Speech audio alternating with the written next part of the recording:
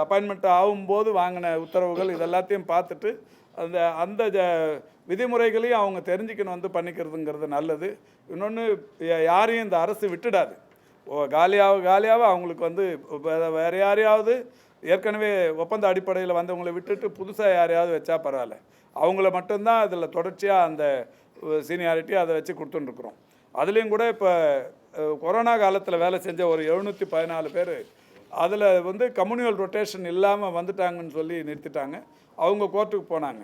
இப்போ அவங்களுக்கு ஒரு முன்னுரிமை கொடுக்க சொன்னாங்க. இந்த ஒப்பந்த செவிலியர் இந்த லிஸ்ட்டில் அவங்கள சேர்க்க சொல்லியிருக்கிறாங்க. இப்போ அது கம்யூனியல் ரொட்டேஷனுக்கு எம்ஆர்பிகேயில் அனுப்பி கம்யூனியல் ரொட்டேஷன் அந்த சிஸ்டம்லாம் அவங்க முடிச்சிருக்கிறாங்க. 1-2 நாளில் அந்த குறைகள் சரி செய்யப்பட்டு அவங்களையுமே திருப்பி சேர்க்க போகிறோம். அதனால் ஒருத்தர் கூட இந்த துறையில் வந்து நான் வேலை செஞ்சேன் பாதித்தேன் அப்படிங்கிற மாதிரியான சூழல் கடந்த 4.5 ஆண்டுகளாக இல்லை என்பதை அனைவருமே நன்றாக அறிவார்கள்.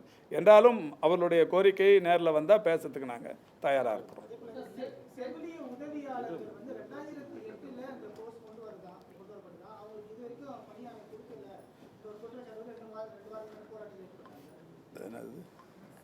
அதுலேயும் கூட இப்போ கொரோனா காலத்தில் வேலை செஞ்ச ஒரு 714 பேர் அதில் வந்து கம்யூனியல் ரொட்டேஷன் இல்லாமல் வந்துட்டாங்கன்னு சொல்லி நிறுத்திட்டாங்க. அவங்க கோர்ட்டுக்கு போனாங்க.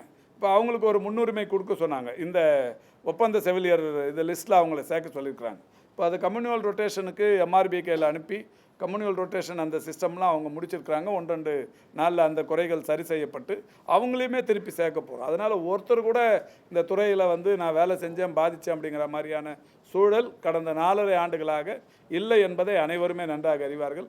என்றாலும் அவர்களுடைய கோரிக்கையை நேரில் வந்தால் பேசுறதுக்கு நாங்கள் தயாராக இருக்கிறோம்.